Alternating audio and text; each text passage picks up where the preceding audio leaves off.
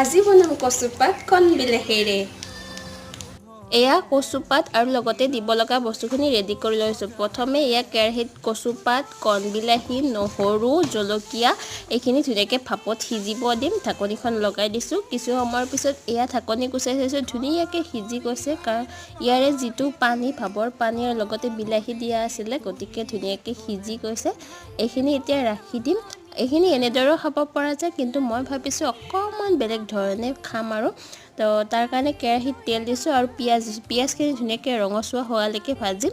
আৰু এইখিনি ভজা যোৱাত যিখিনি কচুপাত মই পিটিকা বনাই থৈছিলোঁ, এইখিনি ইয়াতে দি দিছোঁ। গোটেইখিনি ধুনীয়াকৈ মিক্স কৰি লৈ ভাজি লৈছোঁ। আৰু এইখিনি কচু ভৰ্তা বা কচু ভাজি এনেদৰেও ক'ব পৰা যায়। এতিয়া ভাজিখিনি হৈ যোৱাত এইখিনি ৰাখি ধুনীয়াকৈ পিটিকা বনাই লৈছোঁ।